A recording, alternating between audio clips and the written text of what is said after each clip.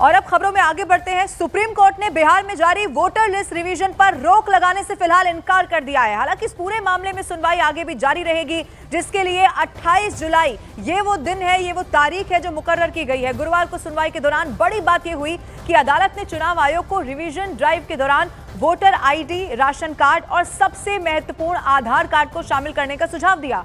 सूत्र ये बता रहे हैं कि सुप्रीम कोर्ट के सुझाव पर चुनाव आयोग विचार करेगा। चुनाव आयोग की बैठक के बाद तय होगा कि वोटर कार्ड, आधार और राशन कार्ड को 11 दस्तावेज में जोड़ना है या फिर नहीं। बिहार में वोटर लिस्ट जांच की प्रक्रिया में फॉर्म जो है वो चुनाव आयोग पहले से ही आधार की जानकारी वैकल्पिक तौर पर उसमें मांग रहा है। वोटर कार्ड का नंबर पहले से ही फॉर्म में प्रिंटेड है।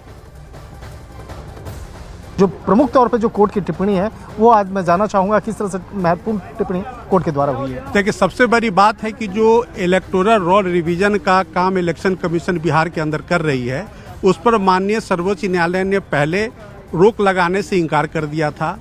कोर्ट के मूड को भांपते हुए जितने याचिकाकर्ता थे उन्होंने अपने इंटरिम रिलीफ यानी एसटी के एप्लीकेशन को प्रेस नहीं किया। दूसरी बात कि उनका ये दलील था थ्रू आउट अपने केस में कि आधार कार्ड को बिल्कुल डिस्कार्ड कर दिया गया है, जबकि इसे कानूनी दर्जा प्राप्त है।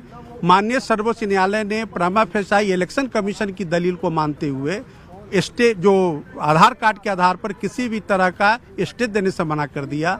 लेकिन उन्होंने रिक्वेस्ट किया है इलेक्शन कमीशन से कि जो फॉर्म में 11 डॉक्यूमेंट्स मेंशन है, उसके अलावा 3 और डॉक्यूमेंट इलेक्शन कमीशन चाहे तो कंसीडर कर सकती है।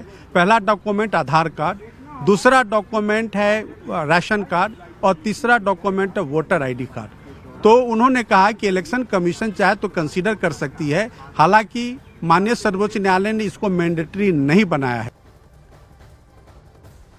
और बिहार वोटर लिस्ट जांच के मामले पर सुप्रीम कोर्ट के सुझाव के बाद सभी राजनीतिक दल अपने अपने जीत के दावे के तौर पर इसे बता रहे हैं। इन सब के बीच बिहार के डिप्टी सीएम विजय सिन्हा ने अदालत के फैसले को सही माना है। न्यूज 18 इंडिया से बात करते हुए उन्होंने विपक्ष पर भी निशाना साधा।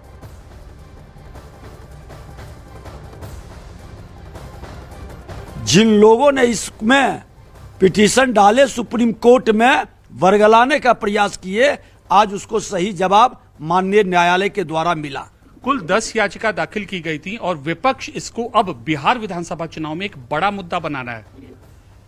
विपक्ष के लोग को क्षमा मांगना चाहिए। जनता को भरमाने के लिए और संवैधानिक संस्था चुनाव आयोग के विरुद्ध भ्रम का वातावरण बनाने के लिए माननीय न्यायालय के निर्णय के विरुद्ध अगर जो विपक्ष जाता है तो इस पर कार्रवाई होनी चाहिए। और संवैधानिक पद पर बैठने का योग्य राहुल गांधी, तेजस्वी यादव नहीं। और आरजेडी के मृत्युंजय तिवारी ने सुप्रीम कोर्ट के सुझाव पर खुशी जाहिर करते हुए कहा है कि ये गरीब के वोट के अधिकार की लड़ाई है। वहीं केंद्रीय मंत्री गिरिराज सिंह ने विपक्ष को घेरते हुए कहा कि घुसपैठियों को नागरिकता दिलवाने की साजिश को जनता ने नकार दिया है। सुप्रीम कोर्ट ने इस बात पर चिंता जताई और चुनाव आयोग से जवाब भी मांगा कि Aadhaar card, ration card, MNREGA card, ये सब को क्यों हटाया गया है। यही तो सवाल तेजस्वी जी लगातार बोल रहे थे कि 90% बिहार की आबादी के पास आधार कार्ड ही है और उसे ही आप वंचित कर दिए। तो ये तो लड़ाई है वोट के अधिकार के लिए। गरीबों का जो वोट का अधिकार है उससे वंचित आप कैसे कर सकते हैं लोगों को। घुसपैठियों को वोटर लिस्ट में शामिल करना, अवैध लोगों को नागरिकता दिलवाना, ये दुर्भाग्यपूर्ण रवैया जनता ने भी नकार दिया। 8 करोड़ 90 लाख यहाँ मतदाता थे, जिसमें लगभग 8 करोड़ 70 लाख का हो गया है। इसका मतलब है जनता ने भी नकार दिया और कोर्ट ने भी नकार दिया। अब चुनाव आयोग को सुप्रीम कोर्ट के सुझाव को आरजेडी नेता मनोज झा ने बिहार के करोड़ों मतदाताओं की जीत बता दिया है। उनका कहना है कि कोर्ट ने चुनाव आयोग को दिशा दी है। आधार कार्ड, ईपीआईसी कार्ड और मैं समझता हूं ये राशन कार्ड, इन तीनों को इंक्लूड करना चाहिए। और इसको मैं मानता हूं कि बिहार के करोड़ों लोगों के जहन में जो उथल पुथल मचा हुआ था उस पर विराम लगा है और इलेक्शन कमीशन को भी एक दिशा दी गई है। इलेक्शन कमीशन को दिशा दी गई, आप सुप्रीम कोर्ट को शुक्रिया भी बोल रहे हैं और बिहार के लोगों की जीत बोल रहे हैं, लेकिन आप लोग की मांग की थी कि प्रक्रिया को रोका जाए क्योंकि बहुत लोग बाहर हो जाएंगे, ये आशंका थी। नहीं, ये मैंने हमारी मांगों में जो था कि हमारी मांग तो सबसे पहले थी कि कोई भी इस प्रकार की चीज एवं माननीय सर्वोच्च न्यायालय के, मैंने तो आपको मोटा मोटी जो उनका दिशा आया वो बताया, उन्होंने भी टाइमलाइन पे बहुत सारे सवाल किए, उन्होंने भी पूछा इतनी हड़बड़ी क्यों, उन्होंने भी पूछा कि पहले क्यों नहीं, ये सारे सवाल हमारे भी थे। लेकिन साथ में जो सबसे महत्वपूर्ण सवाल था कि जब ये एक प्रक्रिया एक बार चल पड़ी है तो इस प्रक्रिया को व्यापक बनाने के लिए, ताकि आइडिया इंक्लूजन का हो, एक्सक्लूजन का ना हो।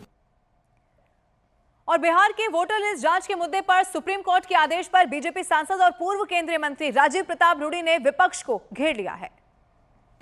शामिल है, इसमें लोजपा शामिल है। हम सब प्रसन्न है इस बात से कि मतदाता सूची की पुनरीक्षण का कार्य चल रहा है, सही मतदाताओं को जोड़ा जा रहा है और आने वाले दिनों में इस महागठबंधन में हमारी जीत की पूरी संभावनाएं बन चुकी है। क्या आप इस डेवलपमेंट को चुनावी मुद्दा अपने प्रदेश में आने वाले चुनाव में बनाएंगे?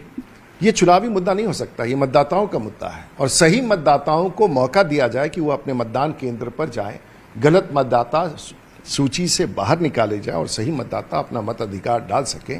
ये तो राजनीतिक प्रक्रिया ही नहीं, संवैधानिक प्रक्रिया है।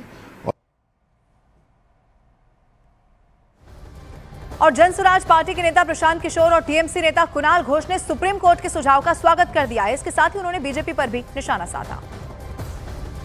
जो हम लोग कह रहे हैं, जो भी बिहार में 18 साल से ज्यादा उम्र के लोग हैं उनको वोट देने का अधिकार है, उनको किसी भी तरीके से रोका नहीं जाना चाहिए। इसलिए जो इलेक्शन कमीशन कर रहा है वो गलत है और हम लोग को विश्वास है कि कोर्ट से न्याय मिलेगा।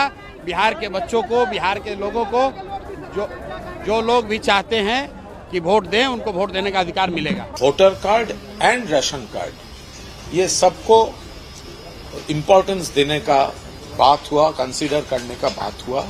भाजपा जो प्लान किया था वोटर लिस्ट में स्ट्रेटेजिक मैनिपुलेशन का, मिसयूजिंग द इलेक्शन कमीशन, वो अभी तो बिहार, लेकिन उसका टारगेट तो बंगाल है, लेकिन बंगाल इसको सक्सेसफुल नहीं होने देंगे।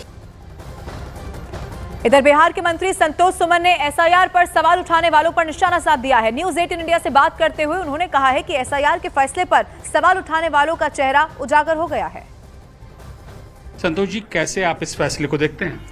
देखिए, इसका हम स्वागत करते हैं और माननीय न्यायालय को धन्यवाद देते हैं। जो संवैधानिक संस्था है वो संवैधानिक संस्था निष्पक्ष रूप से काम कर रही थी, इसकी मोहर माननीय न्यायालय ने लगाया है। हम समझते हैं कि जो भ्रम विपक्ष के द्वारा फैलाया गया था उस भ्रम पर विराम लग गया है और जनता के बीच में जो ओहापोह की स्थिति थी वो खत्म हो चुकी है और बहुत ही सही तरीके से, सुचारू तरीके से काम पूरा हो जाएगा। हम एक महत्वपूर्ण घटक दल है बिहार में। अब आप इस मुद्दे को, इस फैसले को या अदालत की आज की प्रोसीडिंग्स को कैसे जनता के बीच में ले जाएंगे? देखिए, जनता के बीच में हमें ले जाएंगे कि लोगों ने कहा था कि आपका वोट कट जाएगा, आपका नाम कट जाएगा। हम उनको अब बताएंगे कि सुप्रीम कोर्ट भी जब आपकी बात को मान लिया तो आप विश्वास कीजिए और निश्चित तौर पर जनता विश्वास करेगी और उसके बाद भी अगर किसी का वोट कटता है तो हमेशा रास्ते खुले हैं, कोई रोक नहीं सकता। हमारा फंडामेंटल राइट्स को कोई हम उससे महरूम नहीं कर सकता।